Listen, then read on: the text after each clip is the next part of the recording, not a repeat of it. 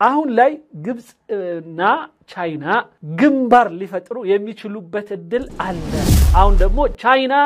ይህን ጉዳይ ተረክባ ልታስኬድልን ትችላለች ብለዋል የግብጽ እና የቻይና ግንኙነት ከወታደራዊም ከኢኮኖሚያዊም ጋር በተያያዘ ከፍ ይያለ በመምጣት የመጨረሻው አማራጭ ሊሆን የሚችለው ቻይና በዚህ ጉዳይ ውስጥ ጣልቃ ገብታ ጉዳዩን ለመፍታት የምታደርገው ሂደት ሊኖር ይችላል የሚል ነው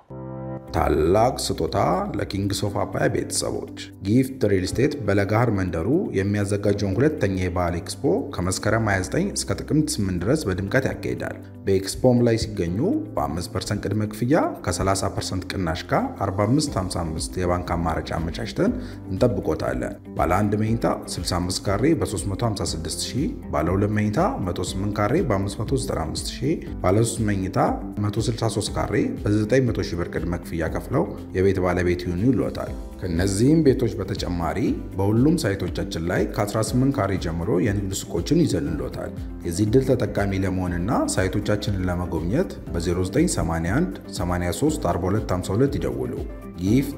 ሪል ስቴት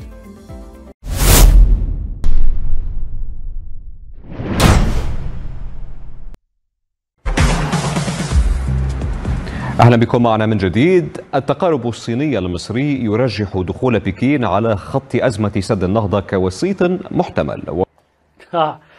بكين ويم يا تشايناو منغست بجبسنا بتشاينا محكل يتفتروا جنيونات بهداسيو قدب قداي لاي تشاينا علوتاوي ምንድነው አዎንታዊ ተጽዕኖ ለታደርግ የምትችልበትን አቅጣጫ ሊያመጣ ይችላል የሚል አለ ይላል ማለት በሱ ሐሳቤ እንደ አረቡ ቻይና ለነሱ አግዛ ማለት ነው በኋላ ላይ በደም ሲብራራት ሰምተው وسطة يتعزز وجودها مع تراجع الولايات المتحدة عن وعودها بحل هذه الأزمة ምክንያቱም ይላል አሜሪካ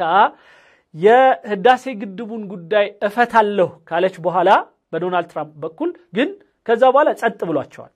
ዶናልድ ትራምፕ ሞቅ ሲለው የፈለገውን የሚናገር ሰው መሆኑን ረስተውታል ስለዚህ ልክ የዛኔ 2-3 የሰማቸውን ሲያነሳላቸው አብሮ ሊጠይቃቸው የሚችል ነገር እንዳለ እርግጥ ነው ገምተዋል እኛም ገምተናል እኛም ላይ ሲዋሽ እና ግድቡን እኛንን የገነባ ነው በሞኝነት ሲል ቅጥፈት መሆኑን እኛ እናቅ ነበር ስለዚህ አጉል የሆነ ዝም ብሎ የፖለቲካ ነጋዴ አይነት ስራ ነው የሰራው እሱ ስለዚህ ወይ ረስቶታል ወይ ማይሆን ነገር ነው መጀመሪያውም ሳያማክር ዝም ብሎ የተነፈሰው ነገር ነው ስለዚህ አልፏል ማለት ነው ስለዚህ አሜሪካኖች ያልቻሉትን ነገር ሁሌ ፉክክሩ ከቻይና ከሩሲያ ጋር ነውና አሁን ደግሞ ቻይና ይህን ጉዳይ ተረክባ ልታስኬድልን ትችላለች ብለው ያስባሉ رغم تصريحات الرئيس الأمريكي المستمرة عن مخاطر السد على مصر ففي تصريح جديد لدونالد ترامب وصف بناء إثيوبيا سد النهضة بالمشكلة الكبيرة التي ስለዚህ በግብጽ በኩል ከሰማናቸውና ተስፋ ካረግንባቸው የአሜሪካ ቃላቶች የመጨረሻው በተለይ ዶናልድ ትራምፕ የህዳሴው ግድብ ከፍተኛ የሆነ ግብጽ ላይ አደጋ ሊያመጣ የሚችል መሆኑን ጠቅሷል ግድቡ ستؤثر على المياه المتدفقة إلى النيل واعتبر ወደ ናይል ቢገባውን ውሃ አደጋ ላይ ይጥለዋል ብሏል من أكبر السدود حول العالم رغم أحاديث በዓለም ላይ ከሚታወቁ ታላላቅ ግድቦች በዚህ ቦታ ላይ ተሰርቶበታል ይላል ترامب المتكررة عن سد النهضة وتوجيه اللوم للإدارة الديمقراطية في تمويل السد لكنها أحاديث لم تقدم حلولا أو لم تعرض وساطة حقيقية بين أديس أبابا ስለዚህ የዶናልድ ትራምፕ የተለያየ ሐሳቤው አስተያየቱ በግድቡ ላይ እንዲህ ያላቸው ነገሮች በሙሉ ያለምንም መፍትሄ ያለምንም የውጤት ያለፈ ሆኗል ምንም ነገር አላደረገም ለፍልፎን ይቀረው والقاهرة التي رحبت في وقت سابق بالدور الأمريكي التأرجح الأمريكي لحل الأزمة ስለዚህ እንደ ግብጽ ይህ አንድ መፍትሄ ያመጣል የሚል ሐሳብ ያሰበችበት የሆነው የዶናልድ ትራምፕ ንግግር ምንም ውጤት ሳያመጣ ቀርቷል عزز بالتسريبات الإعلامية التي ربطت بين الضغط الأمريكي على أديس أبابا في هذا الملف بموافقة مصر على خطط تهجير الشعب الفلسطيني بمجرشا يدونالد ترامب አካሄድ ኢትዮጵያ ላይ ጫና አሳድሮ ግብጾች የጋዛ ወንድሞች ወይም የፍልስጤም ወንድሞች እህቶች ወደ ስደቱ የሚንቀሳቀሱበትን ሁኔታ ግብጽ እንድታመቻች ቦታም እንድታዘጋጅ የመሳሰሉት አይነት እንቅስቃሴን እንደ ቅድመ መስፈርት አስቀምጦት የነበረበት ሁኔታ ነው ያለው من غزة إلى سيناء كل ذلك يعزز من دخول وسيط جديد هنا محتمل ስለዚህ ይሄን ደግሞ ግብጽ ስለማትቀበለው የመጨረሻው አማራጭ ሊሆን የሚችለው ቻይና በዚህ ጉዳይ ውስጥ ጣልቃ ገብታ ጉዳዩን ለመፍታት የምታደርገው ሂደት ሊኖር ይችላል የሚል ነው هي الصين التي شهدت علاقتها مع مصر خلال الأعوام الأخيرة تحولا جوهريا على المستويات الاقتصادية والعسكرية بتلاي يجبس إن يشاينا جنيونت كوتدراويم كإيكونومياويم غاربت هذا كف ياله بممتعته السياسية كما تعد بكين حليفا سياسيا واقتصاديا وعسكريا مهما لأديس أبابا أيضا حيث وقع البلدان خلال الأعوام الأخيرة اتفاقية دفاعية كما قدمت مساعدات للصين لدعمها في مشاريع تنموية أبرزها صد النهضة ليلاو بجبس بتشام سايهون የቻይና እጅ ኢትዮጵያም ላይ ያለ በመሆኑ ከቻይናና ኢትዮጵያም የጋራ ስምምነቶች አሏቸው ኢኮኖሚያዊ በተለይ ደግሞ ከህዳሴ ግድብ ጋር ተያይዞም እንደዛው ከፍተኛ የሆነ እርዳታ እንደሰጡ ወይም ደግሞ አንድ ተሳትፎ እንዳላቸው ምክንያቱም የኤሌክትሪኩን መዘርጋት ሂደት ኃላፊነቱን የወሰዱት እነሱ ናቸው አበበድር ሊሆን ይችላል በመሳሰሉት ብቻ ግን አሉበት ነው ኦኬ هذه المساعدات من الصين فخلال سنوات تشييد المشروع قدمت شركات وبنوك صينية قروضا بقيمة $1,200 مليون لتمويل خطوط إمداد الكهرباء الخاصة بها ስለዚህ የኢትዮጵያ ህዳሴ ግድብ መጠናቀቅ ተያይዞ ቻይና 1.2.5 አንድ ላይ almost ወደ 1.3 ቢሊዮን ዶላር ለኤሌክትሪክ መዘርጋት ከህዳሴው ግድብ ወደ ሌሎች የተለያዩ አካባቢዎች ይህንን ብርሃን ለማድረስ የሚረዳ የሆነ የብድር ገንዘብ ሰጥታለች ቻይና فهل يحسم التنين الصيني أزمة سد النهضة بعدما تفاقمت إلى مستوى يهدد باندلاع صراع بين القاهرة وأديس أبابا؟ ታዲያ ይህ የህዳሴ ግድብ ጉዳይ አሁን ላይ በግብጽና በኢትዮጵያ መካከል ሞቅ ያለ ጠብን የፈጠረ ሆኖ ስላለ ይህንን ችግር ለማብረድ ቻይና ስራት ሰራ ይሆን ወይ የሚል إذن نقاش وتعليق حول هذا الموضوع نرحب الآن بضيفنا مباشرة من المنامة نرحب بالسيد إلهام لي الصحفي الصيني والكاتب المتخصص في الشؤون الصينية والدولية أهلا بك معنا في المشهد الليلة في البداية ترجع الإشارة هنا إلى أن هذا التساؤل يا بوليتيكاو ጉዳይ ላይ ትልቅ ስራ የሚሰራ የሚጽፍ የሆነ ተመራማሪ የሆነ ወንድም ከቻይና በኩል የቻይናን አቋም በተመለከተ የሚነግረን ነገር አለ እሱን ጋብዘን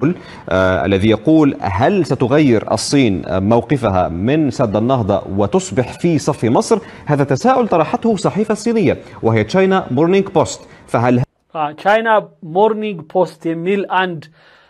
ጋዜጣ የጠቀሰው አለ ቻይና በኢትዮጵያና በግብጽ ማከለኛ አካል ሆና መፍትሄ የሚያመጣ مون تشلالچو يالو يتنغاغروباچو نو هذا يلمح الى ان هذا التغيير في الموقف الصيني قريب ربما ስለዚህ አሁን ላይ የቻይናን እሳቤ የቀየረ የሆነ ነገር አለ በተለይ ከዳሴው ግድብ ጋር በተያያዘ ማስታረቅ አስታራቂ ሆኖ የመቅረብ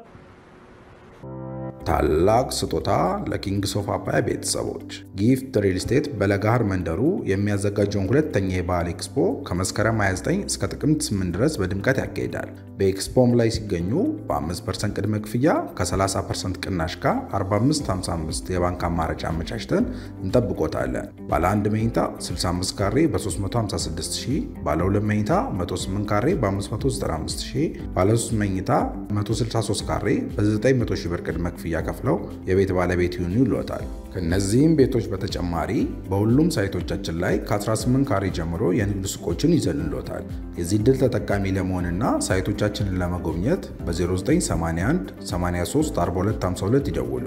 ጊፍት ሪል ስቴት نعم أولا قبل كل شيء شكرا جزيلا للاستضافة. في الحقيقة نظرا للتغيرات الأخيرة للعلاقات بين الصين وقارة الأفريقيا بشكل عام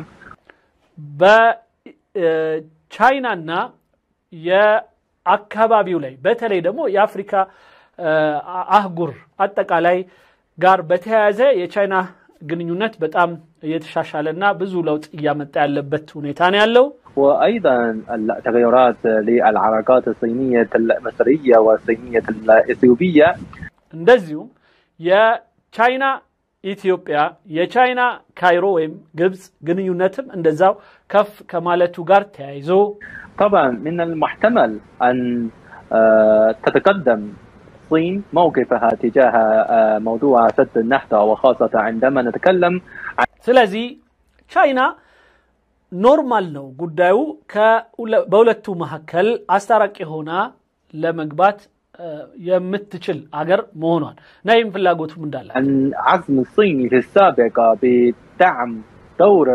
الاتحاد الافريقي في اعمال الوساطه في سد النهضه بين مصر واثيوبيا ከዚህ በፊትም ቻይና በአፍሪካ ህብረቱ በኩል የግብጽና የኢትዮጵያ ችግር እንዲፈታ ግፊት ከሚያደርጉትና ያንን ከሚያግዙ አካል ነበረች ይሄ እውነት ነው የጸጥታው ምክር ቤት ከአሜሪካ ጋር አብሮ ሆኖ በተለይ የዛኛው ክንፍ የግብጹን ክንፍ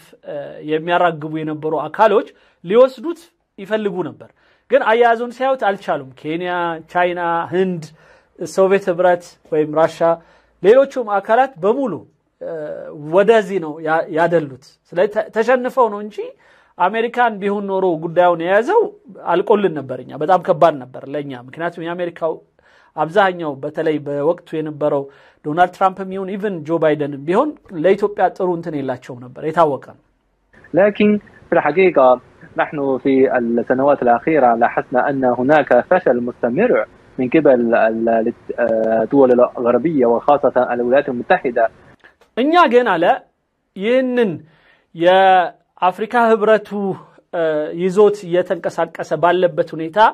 ከአውሮፓውም ከአሜሪካውም አንዳንድ ገዛዎችን ያደረገ ሲሄድ አሜሪካውም ሆነ አውሮፓው አካባቢ ምንም መፍትሄ ሊሰጡት አልቻሉም ይህን ጉዳይ في حل الكثير من الازمات ይሄ ብቻ ሳይሆን ብዙ ችግሮችን ሊፈቱ አልቻሉም القضايا فيما يتعلق بالشرق الاوسط وفي افريقيا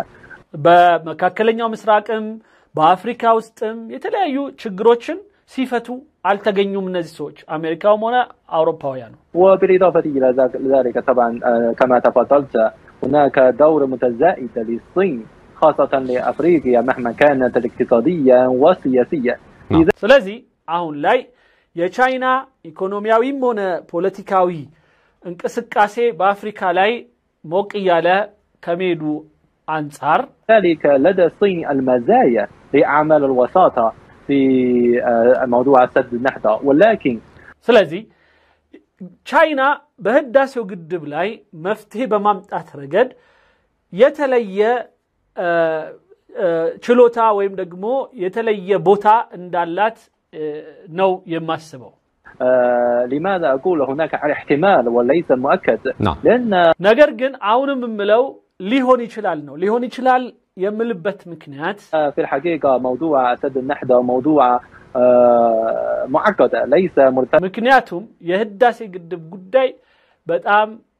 ውስብስብ ነው ችግሩ ከፍ ያለ مرتبطه باثيوبيا ومصر فقط بل ايضا مرتبطه بالسودان ምክንያቱም ጉዳዩ የተያያዘው ከግብጽና ኢትዮጵያ ጋር ብቻ ሳይሆን ሱዳንም አለች وفي الحقيقه لدى الصين الكثير من المصالح لكل هذه الثلاثه دول ቻይና ደግሞ በሶስቱም ሀገሮች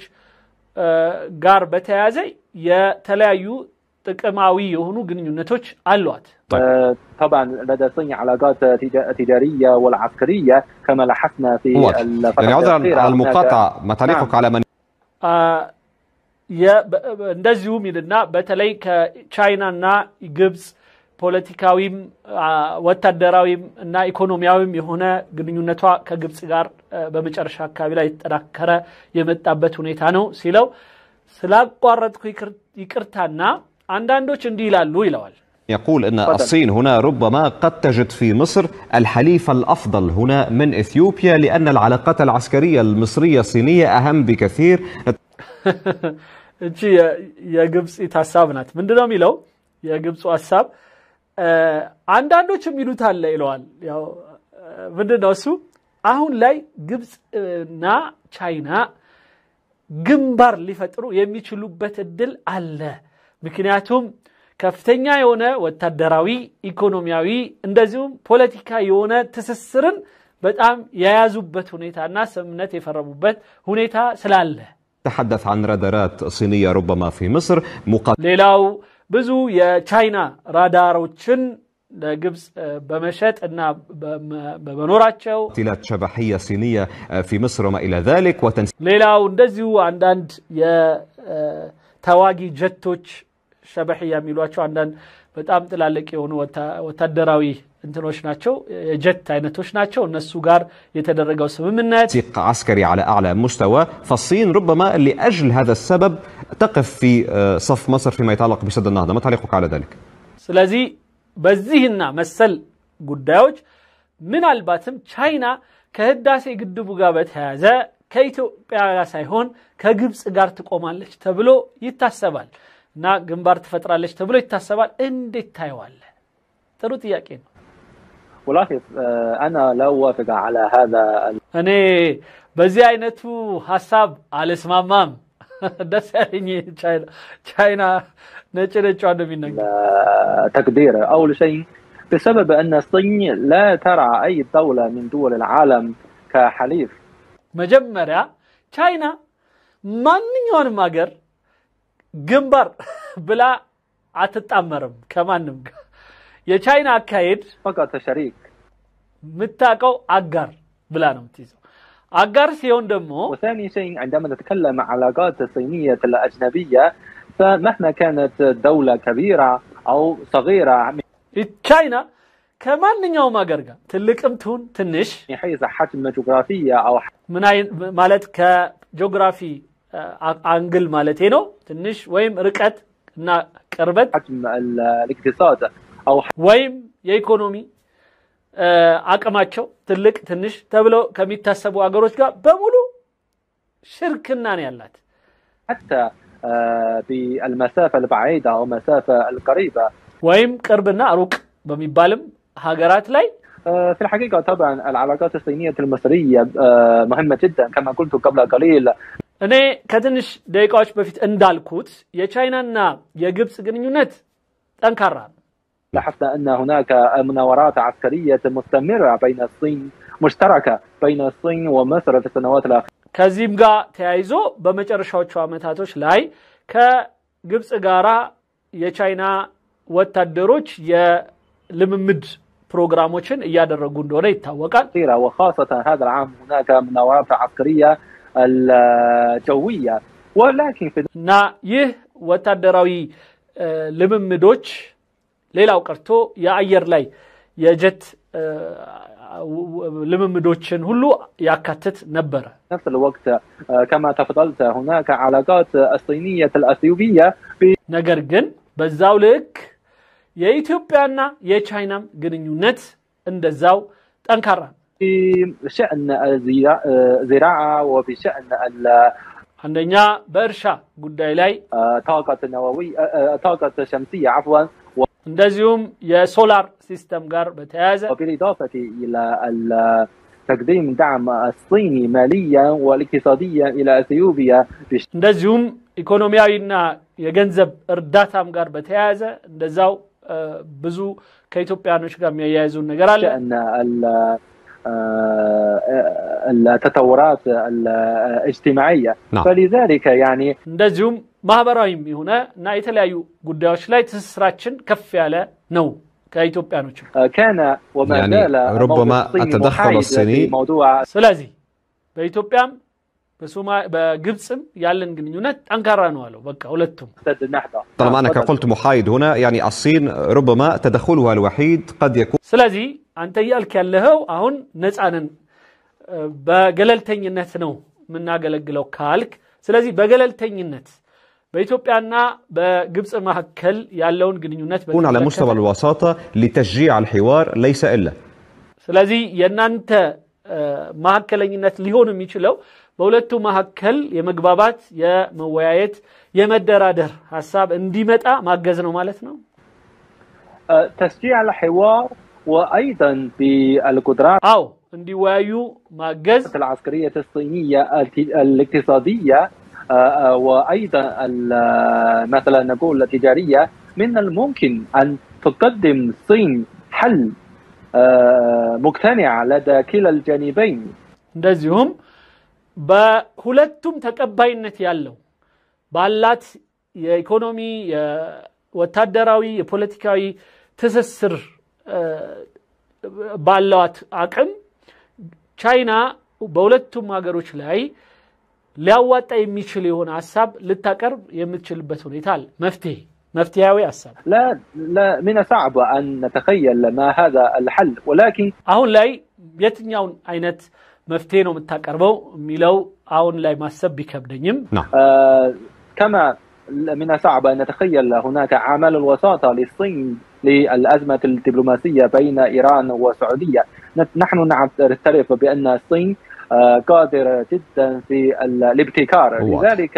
ስለዚህ ልክ አሁን ላይ ቻይና በሳውዲና በኢራን መሐከል ያለውን ችግር ለመፍታት እየደችበት ያለው አይነት በህዳሴው ግድብ ጉዳይ ላይም ከግብጽና ከኢትዮጵያ ጋር በተያያዘ መፍትሄ ልታቀርብ የምትችልበት እድል ይኖራል ብለን እናስባለን قد هناك حل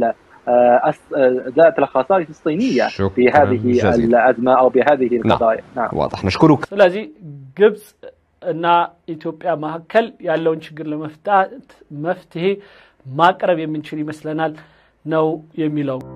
ታላቅ ስጦታ ለኪንግስ ኦፍ አባይ ቤተሰቦች ጊፍት ሪል ስቴት በለጋሃር መንደሩ የሚያዘጋጀውን ሁለተኛ የበዓል ኤክስፖ ከመስከረም 29 እስከ ጥቅምት 8 ድረስ በድምቀት ያካሂዳል። በኤክስፖም ላይ ሲገኙ በ5% ቅድመ ክፍያ ከ30% ቅናሽ ጋር 4555 የባንክ አማራጭ አመቻችተን እንጠብቆታለን። ባለ 1 መኝታ 65 ካሬ በ356000፣ ባለ 2 መኝታ 108 ካሬ በ595000፣ ባለ 3 መኝታ 163 ካሬ በ900000 ብር ቅድመ ክፍያ ከፍለው የቤት ባለቤት ይሁኑ ይሏታል። ከነዚህም ቤቶች በተጨማሪ በሁሉም ሳይቶቻችን ላይ ከ18 ካሬ ጀምሮ የንግድ ሱቆችን ይዘልሎታል። የዚህ ድል ተጠቃሚ ለመሆንና ሳይቶቻችንን ለመጎብኘት በ0981 83 4252 ይደውሉ። ጊፍት ሪል ስቴት